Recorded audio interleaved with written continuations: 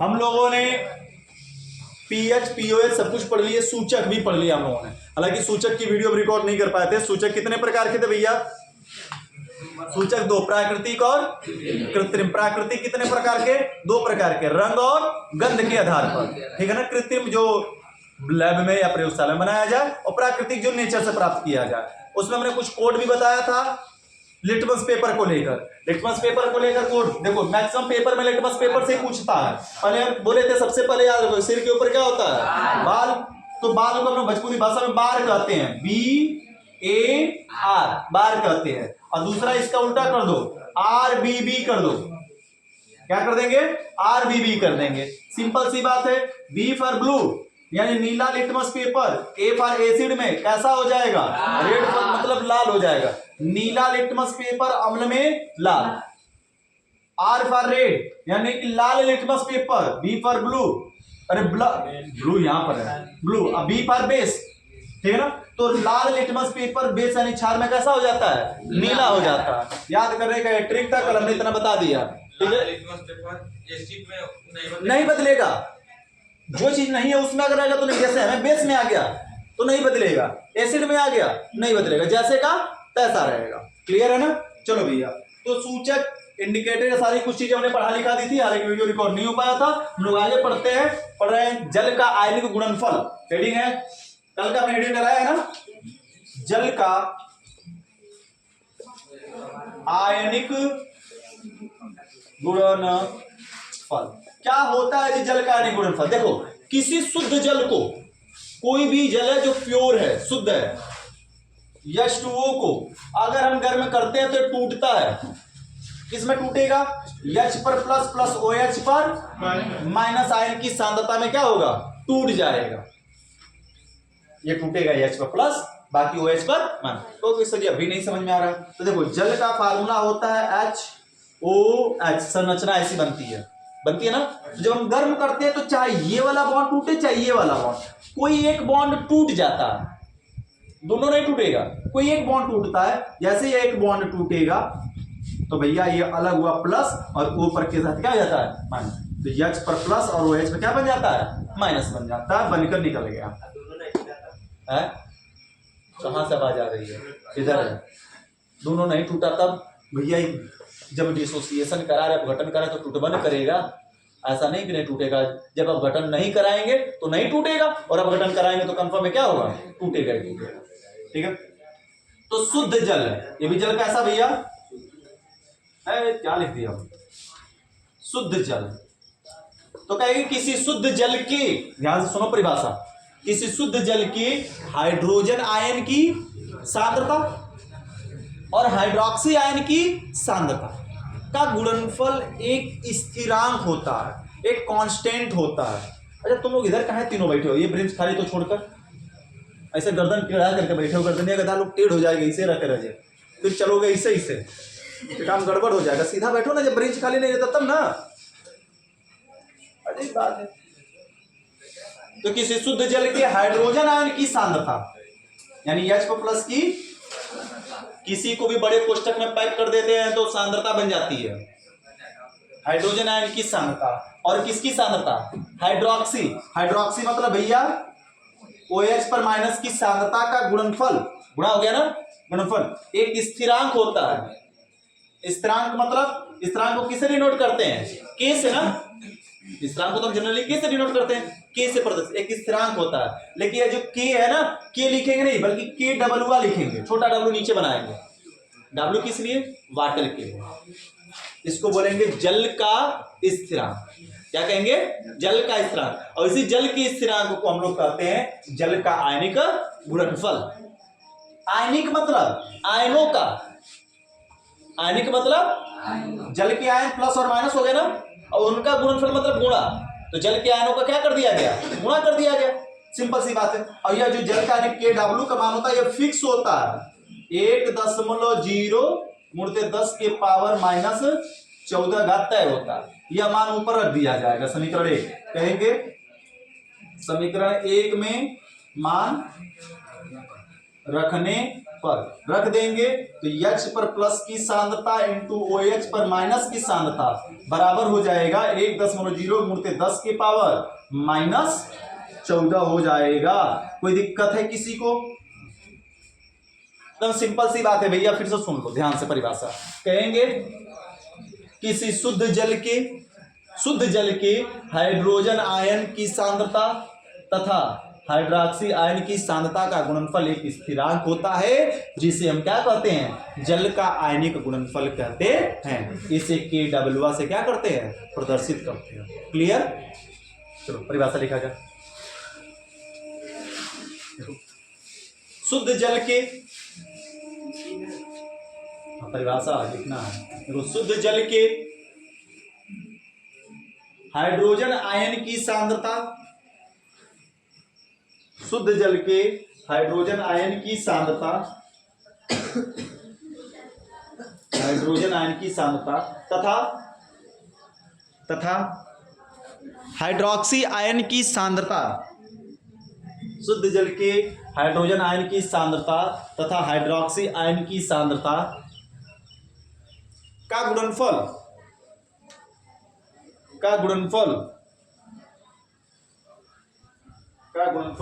एक स्थिरांक होता है। का गुणनफल एक स्थिरांक होता है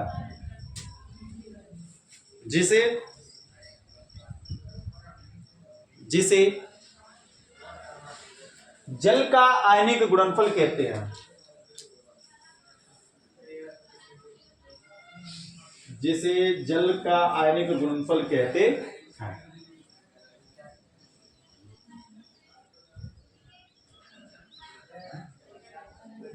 जिसे जल का आयनिक गुणनफल कहते हैं। इसे KW द्वारा प्रदर्शित करते हैं।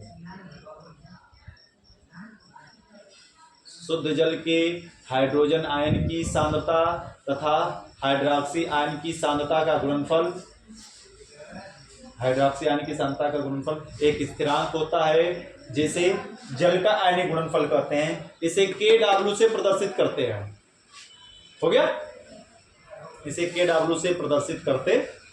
कोई दिक्कत नहीं होनी चाहिए। उतारो, यहां से लेकर यहां तक उतारो फटाफट। हेडिंग है पीएच का दैनिक जीवन में महत्व।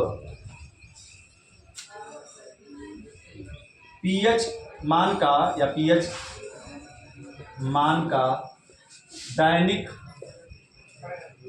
जीवन में महत्व। पीएच मान का दैनिक जीवन में महत्व मतलब पीएच जो वैल्यू है उसको हमारे दैनिक लाइफ में कहां कहां प्रयोग किया जाता है उसको जाना जाएगा। चलो लिखो पहला नंबर लिखो उसमें पॉइंट में पौधों तथा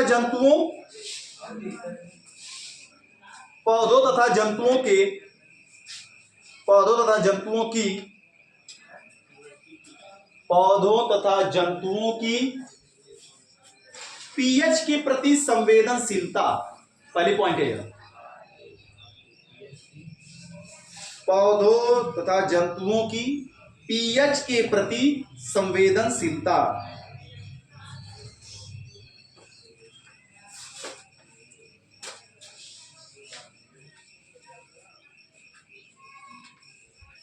हो गया? डैश देख लियो, डैश देखा मतलब क्या भैया कि जो चीज जीवित है, सजीव है, उसके लिए पीएच का क्या महत्व है। पीएच मान अगर घट रहा है, बढ़े तो क्या दिक्कत आएगी उसकी लाइफ में, ये जानना दैनिक जीवन का मतलब। पीएच मान का अगर पीएच मान हमारे शरीर का अगर कम हो गया, ब्लड का, लार्वा का, तो हमारे दांतों पर क्या प्रभाव पड़ेगा? ठीक है ना। पीएच मान यदि कम अधिक हो गया मिट्टी में, मृदा में, तो उस पर क्या प्रभाव पड़ेगा, तो उसी पीएच के बारे में जानना है। दांतों का अगर पीएच घट बढ़ जाता है तो दांत सड़ने लगते, कुर्रा बनने लगता है, हम लोग कहते हैं कैविटी हो चुकी है। ठीक है। पीएच मान अगर मिट्टी का गड़बड़ हुआ यदि, तो मिट्टी कैसी बन जाती है? उपजाऊ मिट्टी से परत, क्या कहते हैं, परती वाली मिट्टी को क्या कहते हैं? ऊसर बन जाती है, खत्म हो जाएगी, मिट्टी धूल के जैसे उड़ने लगेगी, उसमें उपज कुछ पतवार, घास पतवार के कुछ उगने वाली नहीं होता है। तो इस दीवार का पीएच यदि घट बढ़ गया तो देखो दीवार की जो भी सीमेंट है वो झरने लगते हैं, धीरे धीरे खत्म होने लगते हैं। तो पीएच मान का बहुत सारा महत्व है हमारे दैनिक लाइफ में, उसको जानना है। चलो डायरेक्ट लिखो, पहली पॉइंट हमने बोला, देखो जीवित प्राणी केवल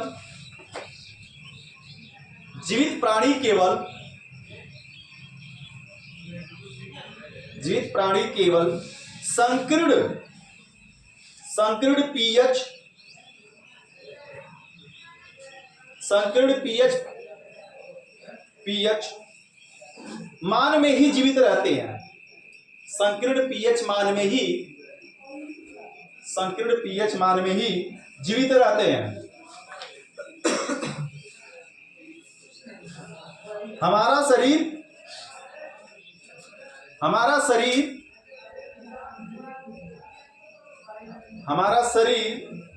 7.0 से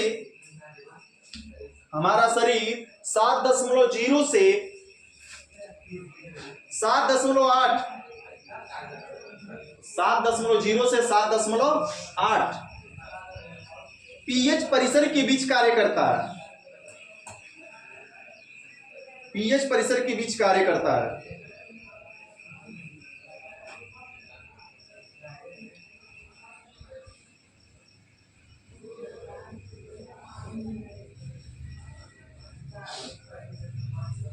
हो गया,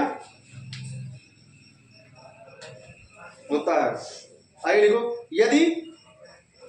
यदि नदी के जल का पीएच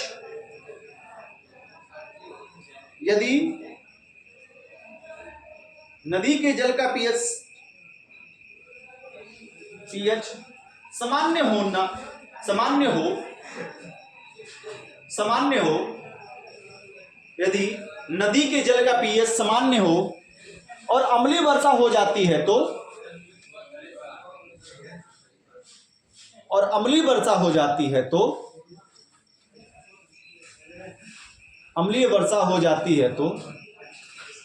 उसका पीएच बदलकर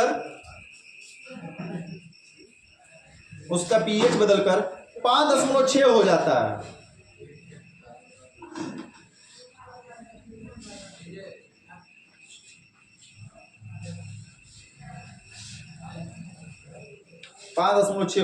है। हो गया। खड़ी पाई पैराग्राफ चेंज करके, जब बारिश के पानी का पीएच मान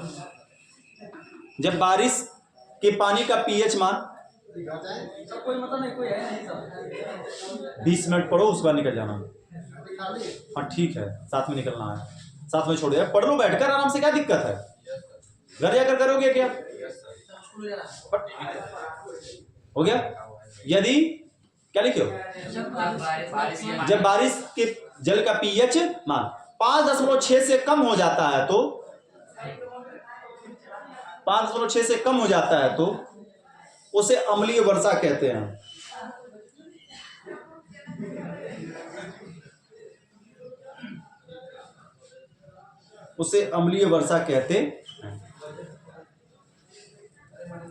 कितने बजे बच्चे तुम अपनी वाली? सेकेंड पॉइंट, पीएच परिवर्तन के कारण दांतों का क्षय। पीएच परिवर्तन के कारण दांतों का क्षय। पीएच परिवर्तन के कारण दांतों का क्षय।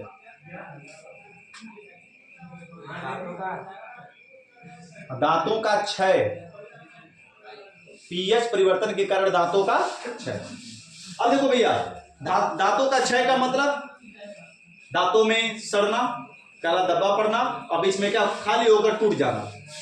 यह किसके परिवर्तन के कारण होता है? पीएच मान के परिवर्तन के कारण होता है। तो किस प्रकार से परिवर्तन होता है, चलो लिखा जाए। देखो, हमारे दांतों पर एक कठोर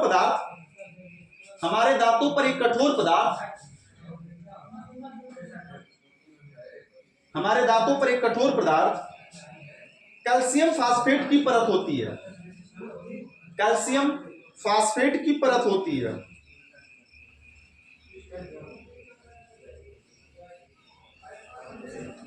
जिसे इनेमल भी कहते हैं। कैल्शियम फास्फेट की परत होती है जिसे इनेमल भी कहते हैं, यानी जो कैल्शियम फास्फेट उसको क्या कहा जाएगा? एनिमल भी कहा जाता है, कई बार बहुविकल्पी में आ जाता है, जिसे एनिमल भी कहते हैं, एनिमल भी कहते हैं।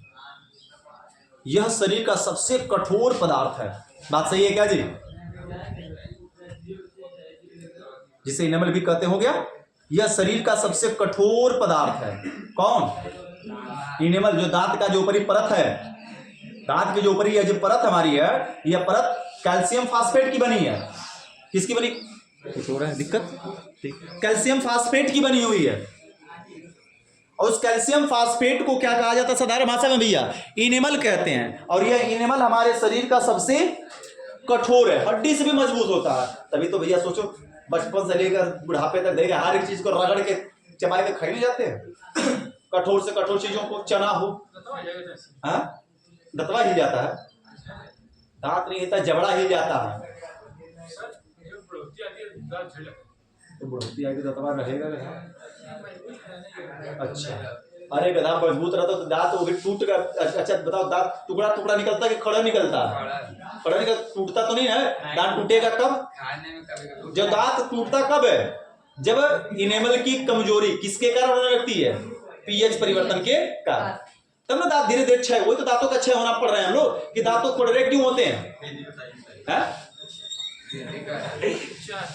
क्या कर रहा? विधि उपचार की सीमेंट देकर पोते थे ना, उस पर मजबूत हो जाएगा गधा। लिखो आगे, आगे लिखो।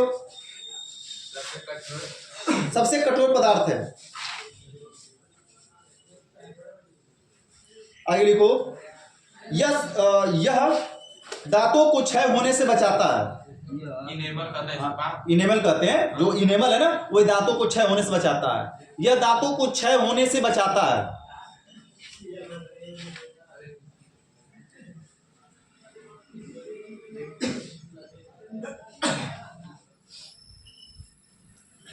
हो गया? किंतु किंतु किंतु हमारे मुंह के पीएच, किंतु हमारे मुंह के पीएच मान, किंतु हमारे मुंह के पीएच मान 5.5 से कम होने लगते हैं। कितने से? 5.5 से कम होने लगते हैं। तो 5.5 से कम होने लगते हैं तो हमारे दांत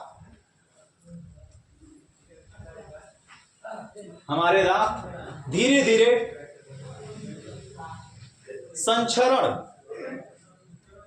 हमारे दांत धीरे धीरे संचरण, संचरण का मतलब भैया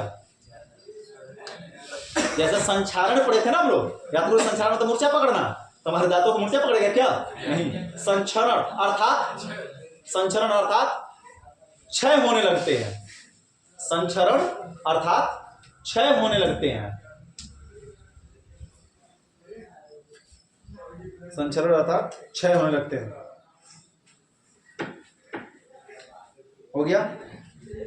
चलो भैया आगे लिखते हैं। अब सुनो भी, 2 बातें समझ में आ गई। पहला नंबर था प्राकृतिक संवेदनशीलता। पौधों का अगर पीएच मान कम बेसी हुआ तो उन पर फर्क पड़ेगा। नदियों में जल का पीएच मान भैया कम बेसी होगा, सामान्य रहेगा जब अम्लीय वर्षा होती है। अम्लीय वर्षा कब कही जाएगी? जब 5.6 से यदि पीएच जो बारिश हो रही है उस बारिश का पीएच मान 5.6 से क्या हो जाएगा? कम होगा। तो उसको कौन सी वर्षा कहेंगे? अम्लीय वर्षा कहते हैं। और देखो अम्लीय वर्षा में भैया भीगना नहीं चाहिए। अम्लीय वर्षा में भीगना चाहिए क्या? अगर अम्लीय वर्षा भीग जाओ तो क्या होगा?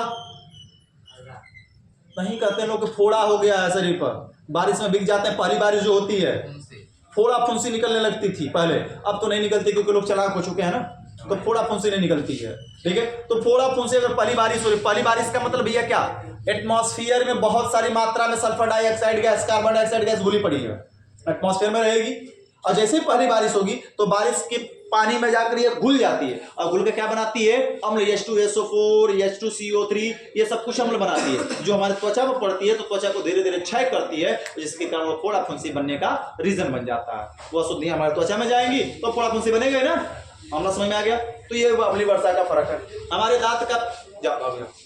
दांत का जो पीएच मान है भैया, पीएच मान 5.5 5 से यदि जैसे कम होना शुरू हुआ, 5.5 है, दांत का पीएच नहीं होता, इस बात का ध्यान रखना।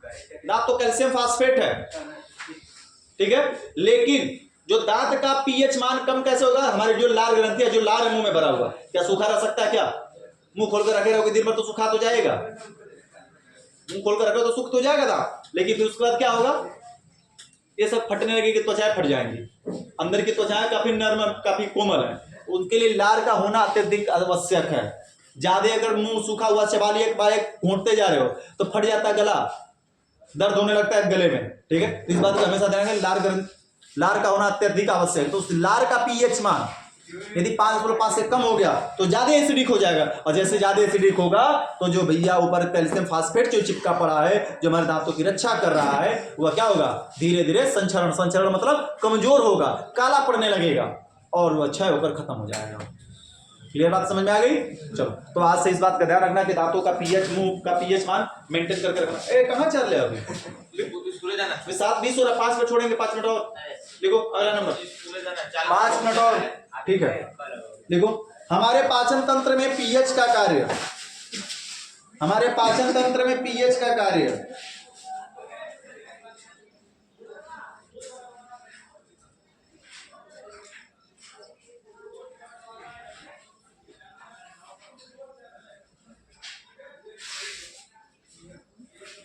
हमारे पाचन तंत्र का पीएच, हमारे पाचन तंत्र के पीएच का कार्य देख लिए। ये भैया पेट में क्या भरा होता है जी? भाइयों पढ़ते हो तो सभी के सभी जानते हो, बना नहीं पा रहे हैं लेकिन समझ लो कि ये पेट है, हौदी है, ये पेट है, हौदी है ना भैया, खा खा के कुल खत्म नहीं करते जा रहे हो तुम लोग। तो इसमें क्या भरा भैया? HCl भरा, हाइड्रोक्लोरिक एसिड।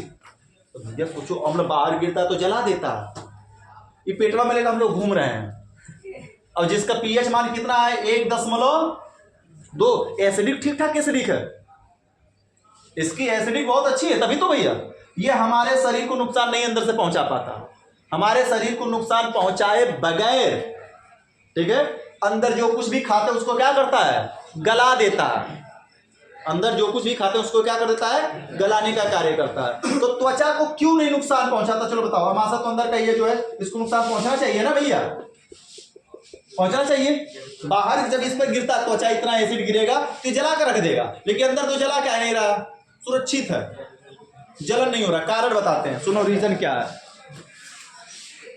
मुर्गा देखे वो खाते हुए, मुर्गा के पचौनी आती है, पथरी जिसको कहते हैं, जिसमें खाना रहता है, जब फाड़ा जाता है निकलता है तो उसकी त्वचा क्या सीधे त्वचा हमको दिखती है? नहीं, पीला एक कवर हिस्सा दिखता है, एक पीला रंग का कवर रहता है, उसको उखाड़ा जाता है तो जाकर त्वचा आती है।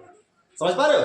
वैसे ही अगर बड़े जानवरों को जैसे लोग काटते हैं, उनकी भी भोजन की थैली देखोगे, 4 व्हीलर को भी अगर काटा जा रहा हो, जैसे बकरा बकरी लोग बलि देते हैं ना, तो उनकी जो पाचन नली होती है, पाचन तंत्र जो भी बड़ा सा, उसको भी जब फाड़ कर निकाला जाता तो देखो उसके अंदर भी उसी प्रकार का रेशा टाइप का चिपका रहता है, जिसको छुड़ाते हैं लोग रगड़ रगड़ के खाने के लिए बनाते हैं, तो वो उसकी रक्षा करता है। वैसे हमारे भी ये जो हमारे इसके अंदर यहाँ पर ठीक वैसा एक कवर लगा पड़ा है, काफी सॉलिड मजबूत कवर लगा पड़ा है, जो मांस को बचाने का कार्य करता है। तो यह एसिड का गलाकर चीर फाड़ कर नीचे बाहर आ गया होता पेट से, मामला समझ में आ गया? तो उसको बचाने का कार्य करता है, जिसका पीएच मान कितना होता है लगभग भैया? 1.2 होता है। अगर ये पीएच मान अगर डिस्टर्ब हुआ, कम या अधिक हो गया, तब क्या होगा भैया?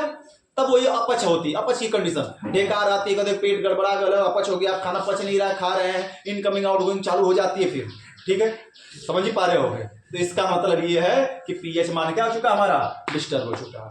तो हमारे पाचन तंत्र के कार्य में बहुत ज्यादा अहम हिस्सा निभाता है कौन सा? पीएच मान। कम वैसे कैसे होगा? तेल अंश ज्यादा खा लो, तेल खा लिया, देखो उबाला हुआ कुछ चीज खा लिया, लपेट दिया वही उसी में, और फिर हो जाएगा, देख लो काम गड़बड़, ठीक है। तो इसी तरीके से सब कुछ चीजें डिपेंड करती हैं भैया। चलो कल लिखते हैं, मार गया तुमको व्याकुल कभी समझे।